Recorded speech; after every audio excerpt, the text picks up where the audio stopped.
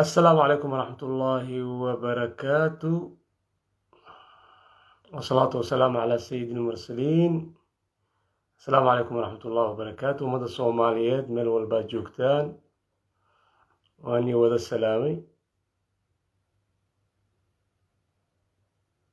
أمان ومدى الصوماليات ميل والبا جوجتان وذا السلامنتين. أبين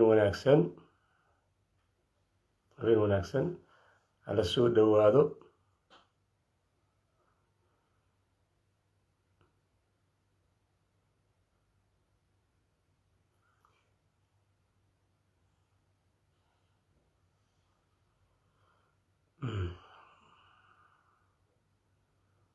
caawa halkaan maxaa rabnaa in uga hadalno arrin yar oo ka hadlayso ama ku xiran safarkii ra-iisul wasaare dalkeena maxamed roble oo ku tegay dalka cadowga nahnay Kenya markuu ka helay xasuumataan madaxweynihii oo Kenya Uhuru Kenyatta. المهم safarkaas rabnaa in caawa ka hadalno arrin yar oo gaaban wixii ka dhacay halkaas iyo sidii loo soo dhaweeyey ra-iisul wasaaraha dalka xagga markuu tagay. arrintaas rabnaa ka hadalno marka lagu soo dhawaada asxaabta dhammaan soo dhawaada. sidaa ogtiin soomaaliyay ra-iisul wasaaraha maanta waa baxay, Roble waa baxay, Kenya tagay, casuumataankii waa aqbaliyey. cadowgii Soomaaliyeed oo damac dhulka ugu jiray iyo badda Soomaaliyeed u tagay. halkaas wixii ka dhaca rabana in ogaano in yaraa wax yar baa ka soo baxay, inta qarsanna ka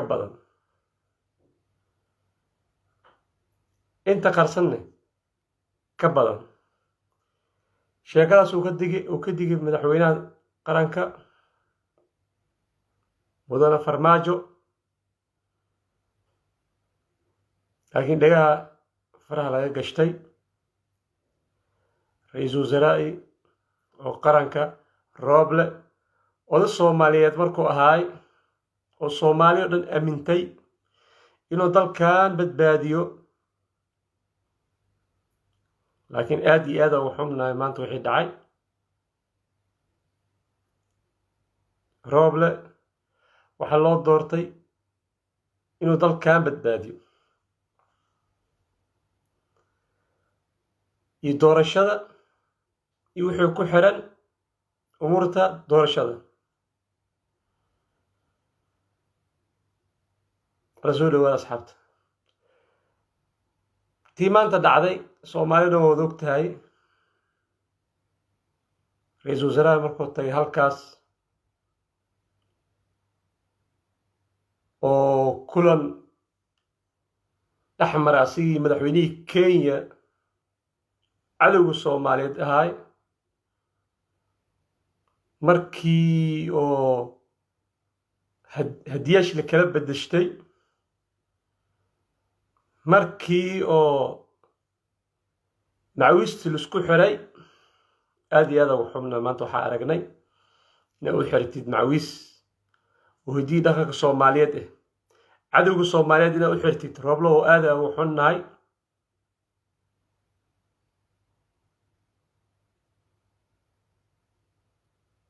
haddii wax qafa la siinayno waa adiga ninka wax loo samaynayo, leanna adiga martida ninkii dhulkiisa ugu tagay cadowga ahaay macawiis u xirtay.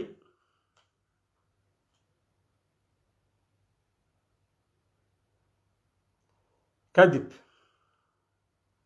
markii la shiray oo qolal xiran la sala galay oo madaxweynihii ra-iisul wasaaraha dalkeeni ee shireen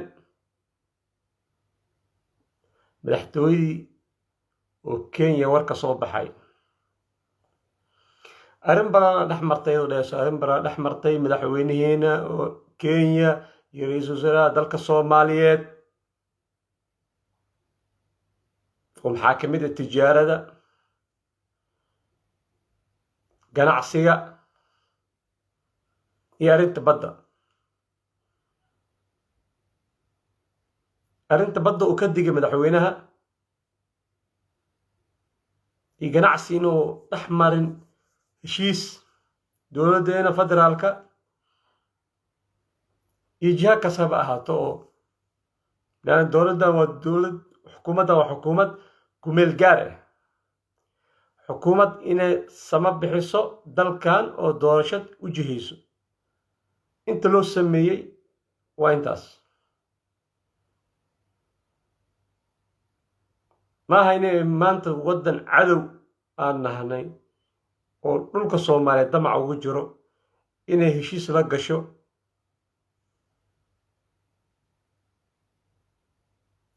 waa xukuumad kumeel gaar ah xaq buu laho inay maanta ka hadasho arrimaha dibadda iyo heshiis iyo calaaqaad xaq muu laho Rooble shaqadaada maxay ahayd shaqadaada mudan ra'iisul wasaaraha shaqadaada maxay ahayd doorashada iyo dowlad goboleeyaasha arrintii koowaad laga rabay oo arrin baa kuu furneed hool baa kuu socotay doorashadii Hirshabeelle iyo tii Puntland baa kuu socotay adigana maxaa kuu yeeray Uhuru Kenyatta howsha gacanta ku haysada waa ka tagday mudan ra'iisul wasaaraha waa baxday madaxweynihii Kenya cadowgeena ahay macwiis u soo xiraysay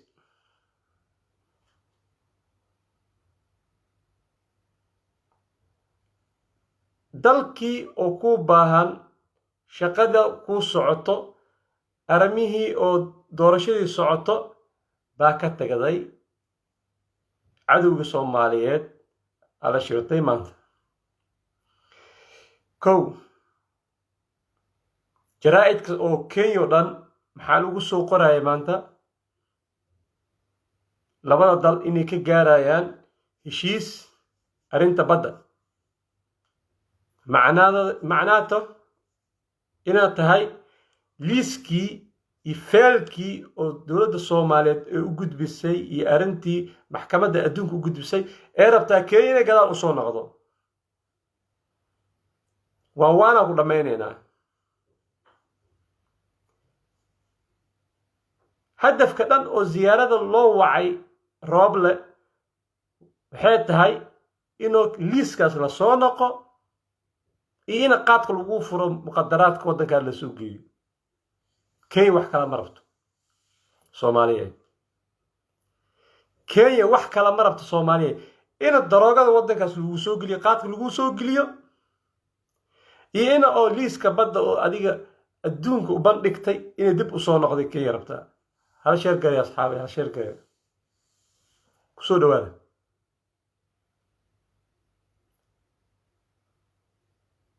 aad baa ugu xunnahay in xukuumaddeena ay taas fahmi weyse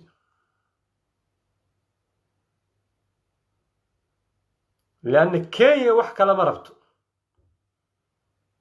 dhowr maraa sheegay Kenya wax kala ma rabto Kenya waxay rabta maxaa waaye Uhuru Kenyatta uu wacay ra'iisul wasaaraha uu wacay oo naagta xun oo wasiiradiisa arrimaha dibadda oo soo diray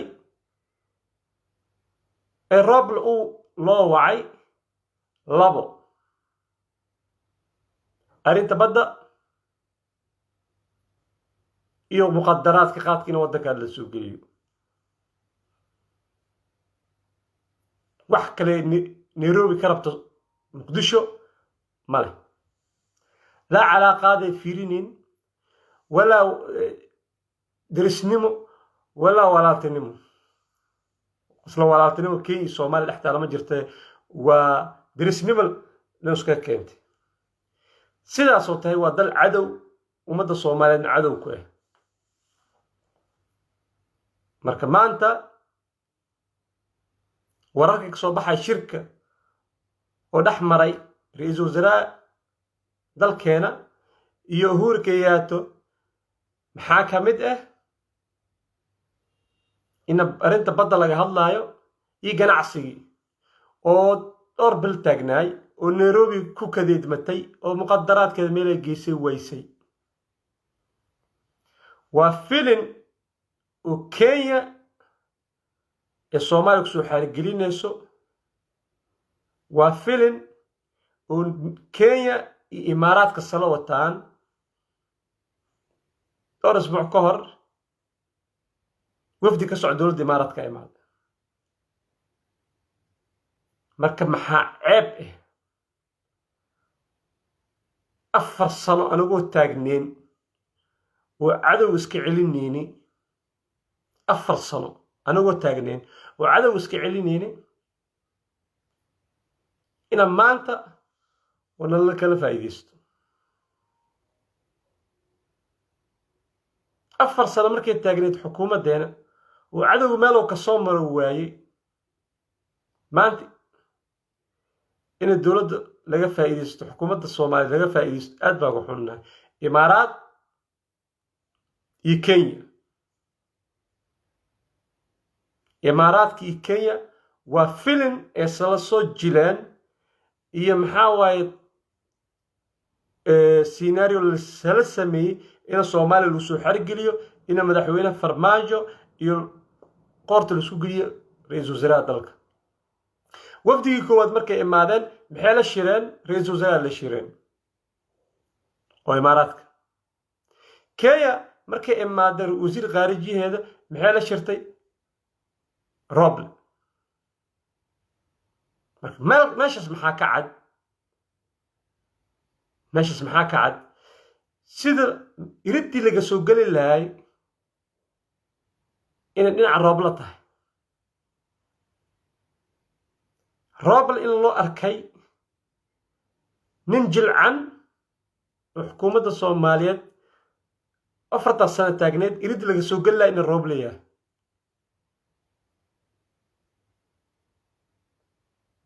Kenya anaga ma arkin calaaqaadkeeda iyo diblomaasiyadkeeda wax oo Soomaaliya u ziyaadinaya ma jirto daruntu isku sheegaya Soomaaliya. Kenya kun iyo kow jeer shacabka Soomaaliyeed oo dalkeeda ku nool iyo kuwa oo dafo ku ah ee bahdisheen. ninkii dhulkaas maraa ka sahay elboordayaasheeda iyo dalkeeda dadka ku nool Soomaalida aad loogu bahdilaa. markii la arko dadka elboorka markay imaadaan oo magaciisa ajnabi ka soo ku jiro Soomaalida si xun bay u tacaamulaan Kenyaatiga. ha ahaato cilaaqada naga dhaxayso ama yanaga dhaxaynin mar walbo ninka Soomaaliga ama qofka Soomaaliga Kenya markuu joogo elboorkeeda si kale oo arka si gaar ah oo dadka kale loo arkina loo arkaa qashqashaad in lacag laga qaado in la baado in la cariiriyo isku dayaan. marka Kenya mar walbo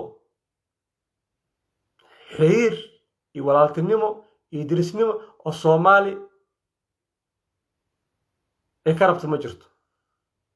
awood iyo xoog iyo baad oo dhulkeena Soomaaliya inay baadee rabtaa ber ahaada bad ahaato. marka maanta ra'iisul wasaaraha Roble mid laga filinayno maanta sameeyay wuxuu madaxweynaha ka digay baa soo baxay banaanka yimid inoo jirto meeshan heshiis hoosay oo Soomaaliya lagu soo xarigelinayo. hal shay gari asxaabta inoo jirto heshiis oo Soomaaliya lagu soo xarigelinayo sida Soomaaliya danaheeda Kenya igu hesho. marka anaga maxaa ugu digaynaa shacabka Soomaaliyeed inuu nahooda furnaada, caatifo iyo magaciisa qabyaala qaadin. dad baa ku dhahay ra'iisul wasaaraha waa tegiyo maxaa dhacay hadduu Kenya tago, madaxweynihiiba magaciisa Ethiopia ka dhigto walaalo. maaha taas siyaasad maaha. qori ku taagna ma noqoto siyaasad. taas siyaasad maaha. siyaasad oo waddan lagu wadi karana maaha. siyaasad oo ummad dhan lagu dhaqi karana maaha. ummadda Soomaaliyeed waxay u baahan tahay xilligan badbaado qaran wax la dhahayo. cadow kasto dhinaca buu ka haystaa ummadda Soomaaliyeed. cadow kasto dhinac buu ka haystaa ummadda Soomaaliyeed. dowlad walba danteeda ka fiirsataa Soomaaliya, laakiin anagaa dareensaneen. kenyane waa cadowgii koowaad xilligan taagan, ayada imaaraadka ummadda Soomaaliyeed cadowga. sax Soomaali badan ku nool Kenya, Soomaali badan ku nool imaaraadka, laakiin taas maaha in anaga danaheena iyo danaha qaranka loo jijibiyo. marka ra'iisul wasaaraha maanta tuu sameeyey waa fal aad iyo aad u fool xun. fal aad iyo aad ugu fool xun oo ummadda Soomaaliyeed aad ugu xun tahay. maanta howl baa u furneed, dalka dhexdiisa howl ugu furneed. doorashadii baa lagu jiray. doorashadii Hirshabeelle la isku haystaa, tii Puntland. howshaas baa ku furneed Roble. maaha ina Uhuru Kenyatta u tegid macwiis u xirtid. macwiis ina u xirtid Uhuru Kenyatta. Uhuru Kenyatta ina macwiis u xirtid ma ahayn. arrin ka weynaa dalka ku yaalay. howl badanaa ku sugaysay. waqtiga baa kugu yaraay.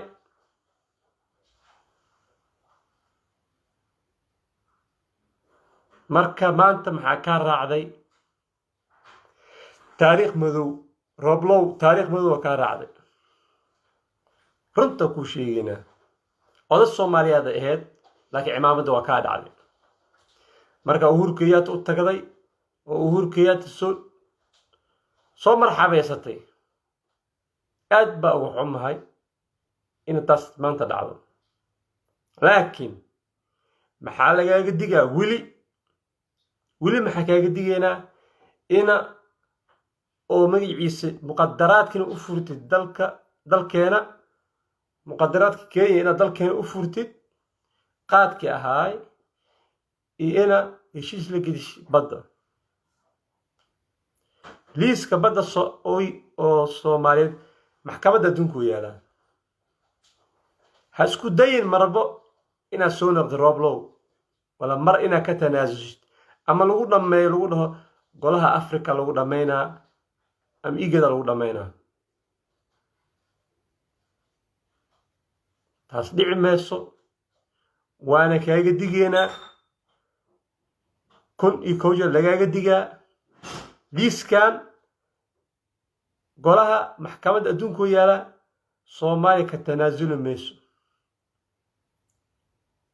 xaqeena iyo xaqa Soomaaliyeed maxkamadda adduunka aa ku helaynaa. Uhuru Kenyatta u tagdaa ama macwiis u xirtaa ama cimaamad u xirtaa.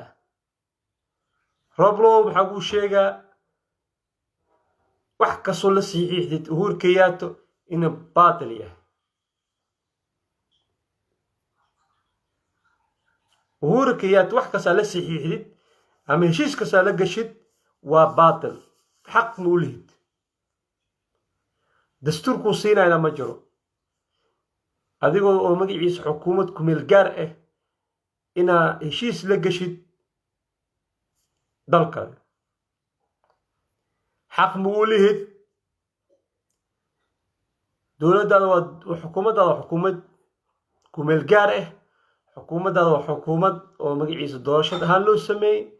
xukuumaddaada waa xukuumad oo waxqabad yar oo ku xiran doorashada.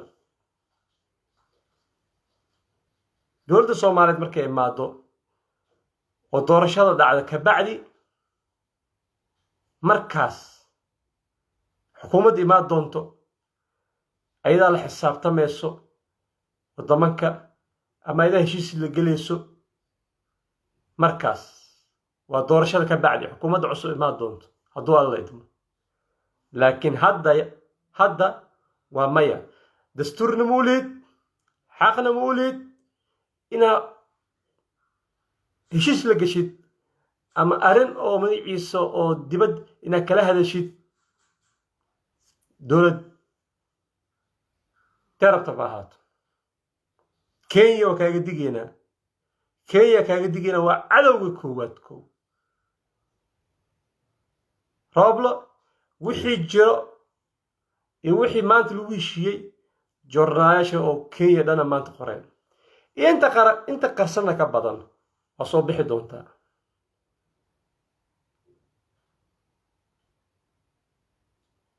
joornaalayaasha oo kenya oo dhan maanta maxay sheegeen in arrinta badda soomaaliya iyo kenya ay ka wada hadli doonaan.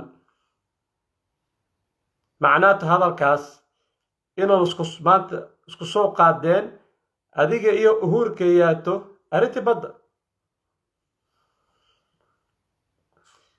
adigana maxaa caddaysay ina meesha arrin kale oo ka wada hadlayseen oo arrinta badda soomaaliyeed ma la taabtaan tahay.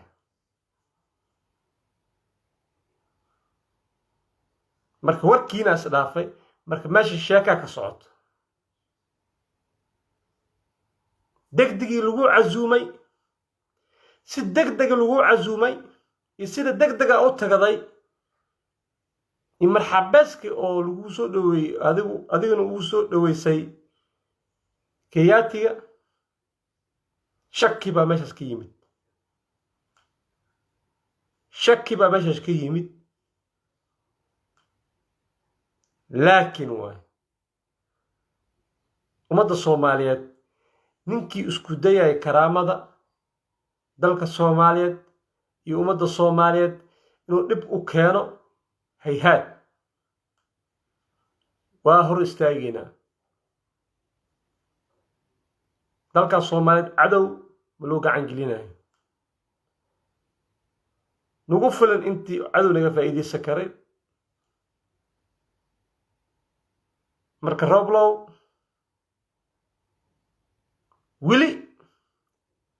weli waaye rajo baa lagaa leeyahay. roqbina cimaamada kaa dhacday weli rajo lagaa leeyahay.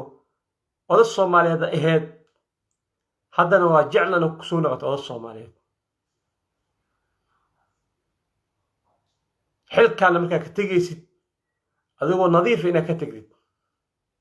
inaa aad ugu tagin sida dadka qaarkiisa oo dhulkooda iyo baddooda iyo dadkooda gadeen. inaad noqotid nin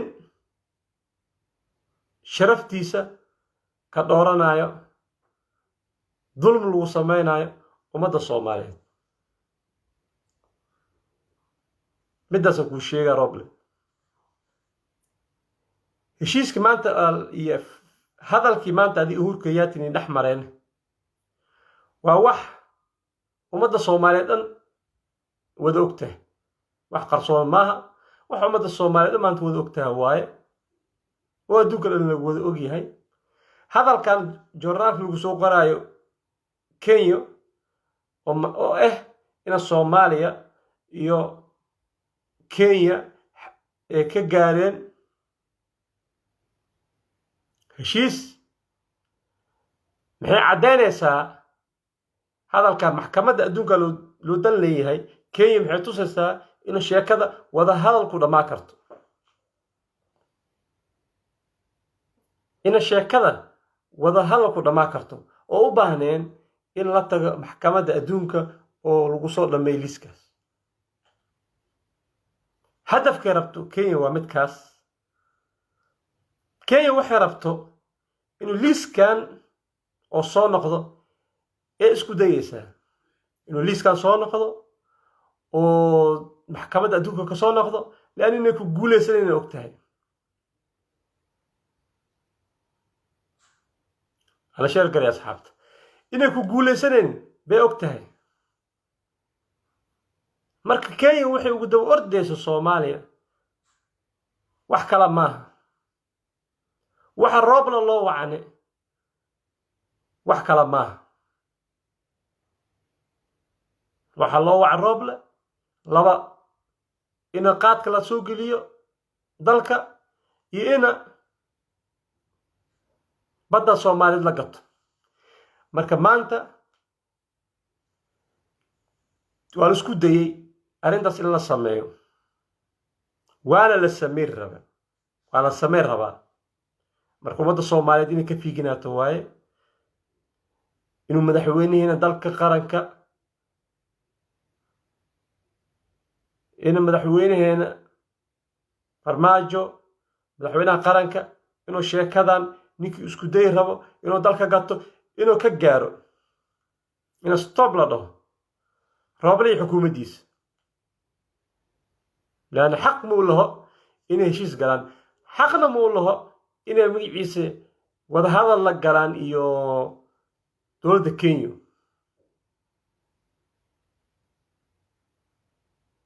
marka qabyaalad iyo caatifo meel baa la dhigaa, leanna waddanka ka qaalisan, waddanka ay ka qaalisan. marka soomaaliya maxaan ii sheegaa, qabyaaladda iyo quranka iyo caatifnimada iyo fulaan abna adeerkayga ah waddan ma lagu dhiso, qaranna ma lagu dhiso. marka caawa middaas baa rabay inaan ka hadlo, oo arrintaas waa arrin oo xanuun leh ummadda Soomaaliyeed. marka 4 sano aa sabarnay, 4 sano dowladnimo laga dareemo Soomaaliya oo cadowga meel laga soo galo waaye, inuu maanta iyo shalay inuu cadowga naga faa'iideysto aad baa uga xunnahay. marka fiijignaag iyo wadajir inay Soomaalida caddeeyaan waaye. middaas rabina caawa ka hadlo. marka insha allah intii iska arkeen barnaamij kale. Soomaaliya ha noolaato, Soomaaliya guul. hala sheer garay barnaamijka. asalaamu calaykum waraxmatullaahi wabarakaatu.